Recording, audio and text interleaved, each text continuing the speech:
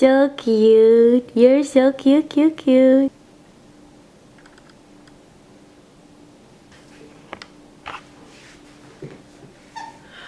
Ok. C'est-tu correct le chapeau? On dirait que j'étais comme pas sûre. Qu'est-ce que vous en pensez, vous autres? On dirait que j'ai envie de me faire une couette. Me fais-tu une couette? Il est trop tard, Noémie. On roule, il est trop tard. Faut que t'assumes ta décision de porter un chapeau. Bon, ok. Allô? Je pense que ça faisait au moins 46 ans que je m'étais pas assise devant ma caméra pour vous parler. Honnêtement, ça me manquait vraiment parce que je vois une tellement grosse différence quand que je prends le temps de m'asseoir avec vous puis passer un moment devant ma caméra avec vous. Et quand je le fais pas, j'ai l'impression qu'il manque une certaine petite connexion entre vous et moi. J'ai l'impression qu'on est moins proches, j'ai l'impression qu'on communique moins. Je pense qu'on était dû pour s'asseoir puis jaser un peu. Fait que voilà. Je me suis fait un petit chocolat chaud. Question de rendre le tout un petit peu cosy et intime. Puis je vais juste prendre un moment pour dire que ma tasse a des avocats dessus. Ce qui vaut la peine de le mentionner parce que c'est quand même très cool. Je vous ai demandé aujourd'hui de me poser des questions sur Instagram via les petites affaires de stories là, que tu peux poser des questions. Donc en gros, je suis revenue de la France il n'y a pas très longtemps, ça doit faire environ 3 semaines. Je suis partie dans le sud de la France pour la première fois de ma vie. Cette année, j'ai eu la chance d'être ambassadrice pour la marque de Biotherm. Puis si vous me suivez depuis vraiment longtemps sur mes réseaux sociaux, vous savez déjà d'avance que je suis la plus grande fan de ces produits-là, since day one. Puis d'avoir eu la chance d'être ambassadrice pour cette marque-là, c'était comme un checklist de plus sur ma liste de collaborateurs de rêve. Fait que je suis vraiment contente. J'ai-tu dit beaucoup de vraiment, tu penses? Donc bref, je vous laisse sur quelques courts extraits de mon court séjour à Cannes. Et pour vous mettre une petite mise en contexte, on est allé là-bas pour un peu découvrir leur nouvelle gamme de produits qui est le Life Plankton, qui est une révolution dans le monde de la beauté, puis des produits de soins pour la peau. On a découvert aussi d'où venait le produit, d'où venait le brand, d'où venait le nom. Fait que je vous laisse sur quelques petites images et je reviens dans comme 2 minutes. Fait que à tantôt.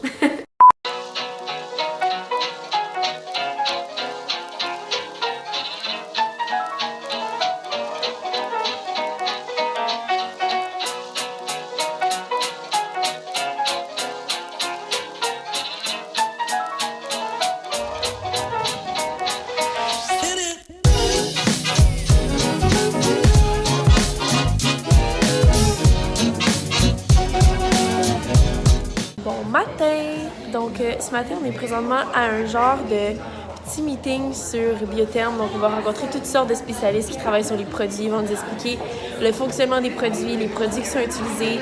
On va avoir des ateliers avec la scientifique de Biotherm. On va parler au président aussi de la compagnie. Donc c'est vraiment excitant. Puis on est comme dans un genre d'édifice qui rappelle un peu la grotte où est-ce qu'ils ont trouvé le Life Plankton. Fait que c'est ça. Fait que enjoy the show! I'm super happy to be here and I'm so happy to see all of you.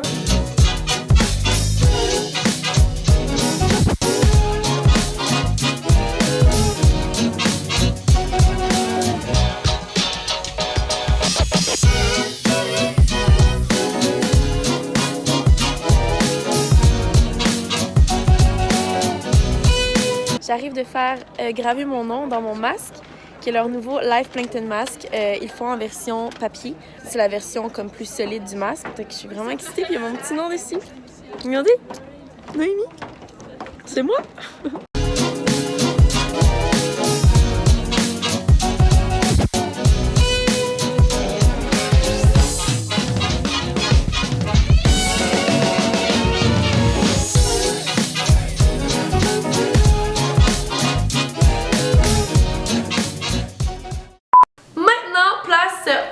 Instagram que vous m'avez posé. Je vais aller ouvrir mon téléphone à l'instant. Alors les questions sont juste ici, j'en ai quand même pas mal. Je suis pas mal excitée de voir qu'est-ce qui vous a inspiré aujourd'hui à me poser des questions. Comment ça se passe avec Guillaume, un petit retour en couple? La question je pense qui est revenue le plus souvent, en fait vous avez souvent vu apparaître moi et Guillaume dans les vlogs de ma mère récemment. Donc pour répondre à la question, non je ne suis pas revenue avec Guillaume. Guillaume et moi ne sommes pas en couple, Guillaume et moi ne sommes pas en fréquentation. On est simplement des très bons amis.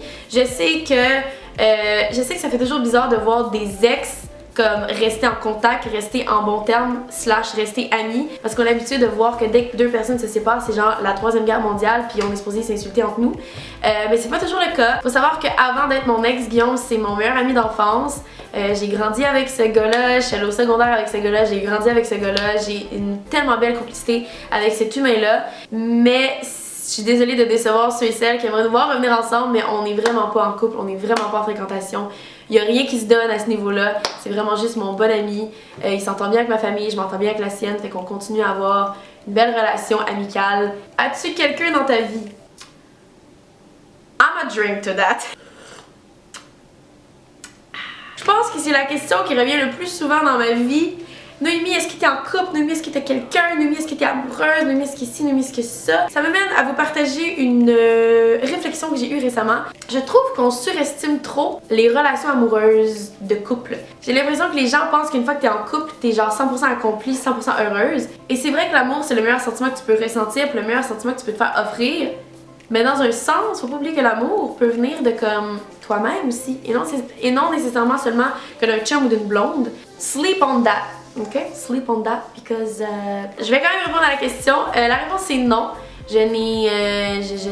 C'était quoi la question déjà? Honnêtement, je suis la pire personne dans le dating life. Je pense que s'il y avait un trophée de la pire personne pour dater, c'est clair que c'est moi qui le recevrais. Genre, hands down. Les juges n'auraient même pas de doute. Ils feraient juste faire comme... Noémie Lassière. Bravo, félicitations, c'est toi qui gagne. L'enfer, comment je l'ai pas? Comme tout le monde, toutes mes amies sont découragées parce que je l'ai juste pas. T'es d'accord, hein? Maman, elle trouvera pas de papa pour le moment, ça c'est clair, parce que maman est pas très bonne.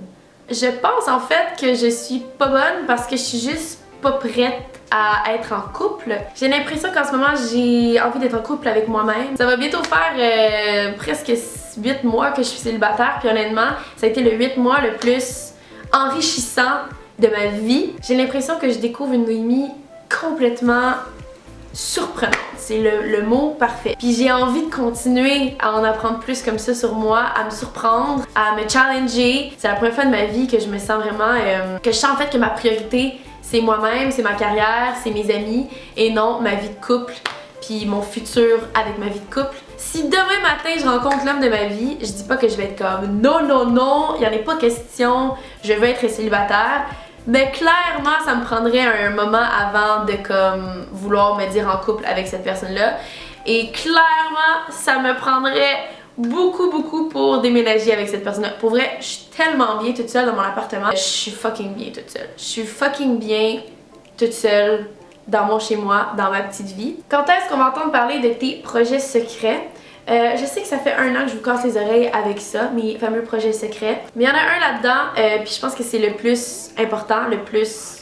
En fait, c'est mon plus grand rêve de faire ça, sur lequel je travaille encore à ce jour aujourd'hui. D'ailleurs, c'est pour ça que j'ai un petit peu arrêté d'en parler, parce que tant que ça sera pas sur le point d'être terminé, je pense que ça vaut juste la peine de le faire silencieusement puis vous laisser tranquille avec ça. Mais je travaille fort là-dessus, j'essaie de travailler à temps plein sur ce projet-là. C'est un projet qui demande beaucoup de travail, beaucoup de temps, beaucoup d'énergie, puis beaucoup de moi aussi. J'ai appris dans la vie que les meilleures choses viennent avec la patience, et je pense que ça vaut, pour ce projet-là, je pense que ça vaut vraiment la peine d'être hyper patiente puis de faire vraiment très bien chaque étape. C'est le plus gros projet de ma vie, c'est mon plus grand rêve, et je pense vraiment que vous allez voir que ça vaut la peine d'attendre, parce que ça va être juste malade dans la tête. Fait que, puis j'ai vraiment hâte de partager tout ça avec vous. Je pense que c'est un rêve qu'on va vivre ensemble à fond, qu'on va être, moi et vous, autant contente et heureuse et stoked par le projet. Fait que... Es-tu heureuse? Oh my god, ça c'est une très grosse question. Pour de vrai, j'ai tellement des amis fous puis une famille merveilleuse que j'ai pas le choix de dire que oui. J'ai vécu une genre de transition en ce moment que je pense que je suis encore en train de vivre, mais j'approche de la fin, mettons. J'ai l'impression d'être passée d'une Noémie version A à une Noémie version Z, genre les deux n'ont comme plus rapport.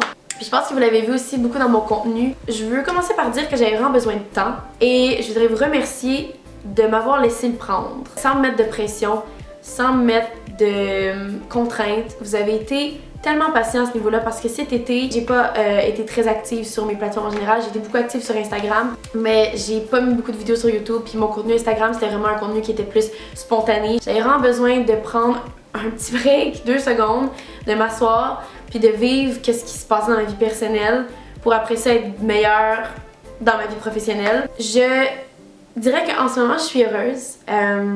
Pour vrai, ça va bien. Je vais bien, mentalement, tout va bien. Mais c'est un bonheur qui est différent.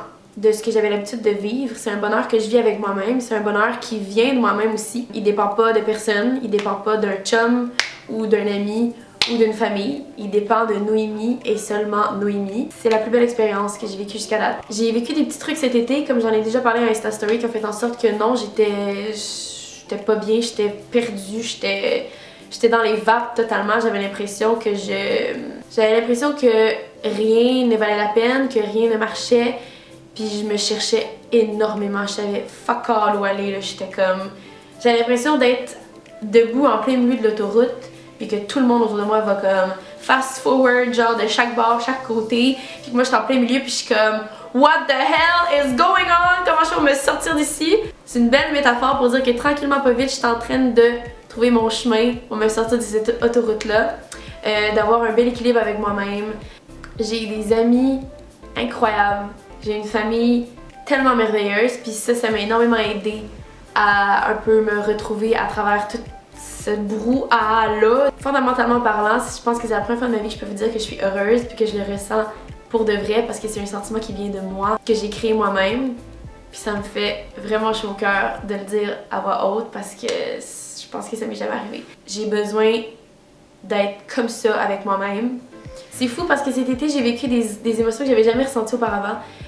Soit de la grosse peine profonde envers quelqu'un, un gros manque de confiance envers moi-même aussi. Je veux dire, j'ai déjà vécu ces genres d'émotions-là, mais jamais autant profondément, puis jamais aussi avec la maturité que j'ai maintenant aujourd'hui versus quand j'étais adolescente, mettons, puis je vivais ce genre d'émotions-là. Et à chaque fois que je vivais ces émotions-là, c'était tellement bizarre parce que j'étais comme hyper triste, hyper effondrée par tout ça, mais en même temps, je voulais tellement vivre chaque émotion à fond parce que je me disais, c'est la première fois de ma vie que je ressens cette émotion-là, c'est la première fois de ma vie que je vis cette situation-là. C'est beau de découvrir un nouveau sentiment, même si c'est un sentiment de marde, c'est quand même beau parce que c'est comme un nouveau bagage que tu crées avec toi-même. C'est comme, ok, cette émotion-là, je l'ai déjà ressentie, puis je l'ai vécue jusqu'au fond de l'émotion pour être sûre de comme vraiment savoir de quoi je parle. Quand on me dit c'est quoi une peine d'amour, ben maintenant je sais c'est quoi se sentir complètement démotivé, ben maintenant je sais c'est quoi se sentir comme un gros crise de tonne de merde, ben maintenant je sais c'est quoi parce que j'ai vécu tout ça cet été. C'est quoi ton goal pour 2019? En 2019, j'aimerais premièrement voyager le plus possible comme je l'ai fait en 2017 et en 2018. J'aimerais que le projet secret dont je viens tout juste de vous parler soit bien quelque chose de réel et soit annoncé au public. Ça va être méga excitant la gang. Oula! Continuez à vivre des challenges autant positifs que négatifs parce que pour de vrai, autant quétaine que ça puisse paraître, je pense que c'est ça qui fait en sorte qu'on apprend à se connaître. Vraiment solidement. Et finalement, je pense qu'en 2019, mon goal, ce serait de continuer à rêver très grand, comme je le fais vraiment souvent. J'ai rêvé un peu moins grand cette année. On dirait que j'avais des rêves grands comme la planète, puis il y a plein de trucs qui m'ont arrêté. La peur, le changement. Puis j'aimerais qu'en 2019, je sois capable d'affronter ces peurs, puis ces changements-là avec brio, puis que je continue à rêver vraiment très grand comme l'univers, parce que c'est ça qui fait en sorte que je me sens vivante quand je réalise des rêves ou quand je sens qu'il y a un rêve qui est super atteignable. Ça me fait tellement sentir... je sais pas, c'est le meilleur feeling de tout l'univers. Fait que je vais continuer en 2019 à me sentir comme ça. Et aussi quétaine ça puisse paraître, le dernier truc que je veux vraiment mettre de l'avant en 2019, c'est de continuer à vous avoir votre présence, vos mots, vos messages, juste votre amour quotidien. Vous avez même pas idée à quel point ça me donne la force, ça me donne de l'assurance et ça me donne beaucoup de confiance par rapport à qui je veux devenir et à qu'est-ce que je veux faire. J'espère un jour être capable de vous remettre tout cet amour-là de façon équitable parce que sérieux, c'est juste fou à quel point, vous comprenez même pas à quel point à chaque fois que j'ouvre mon téléphone, à chaque matin ou à chaque fois que je vous rencontre en me promenant dans la rue ou en vivant ma vie, puis je peux pas croire que je mérite ça, je peux pas croire que j'ai la chance de vivre cet amour-là. Puis c'est sincèrement ça qui m'aide à passer à travers toutes mes mises en question. Fait que je vous aime de l'amour fou. Puis j'espère qu'en 2019, on va vivre encore toutes sortes plein d'aventures ensemble. Mais là, je sais pas pourquoi je parle comme si l'année était finie. Là, il reste encore... Oh mon dieu, il reste quand même juste 2 mois. Je peux pas croire que ça a passé vite demain. J'ai l'impression que hier matin, je fêtais genre 2018. What the heck? J'espère que vous avez aimé ce petit chit-chat là. Ben relax, ben cosy. Donc laissez-moi savoir dans les commentaires qu'est-ce que vous avez envie de voir sur ma chaîne. Ça va me faire plaisir de prendre ça en considération. Et ben on se revoit très très bientôt. Je vous aime énormément et bye!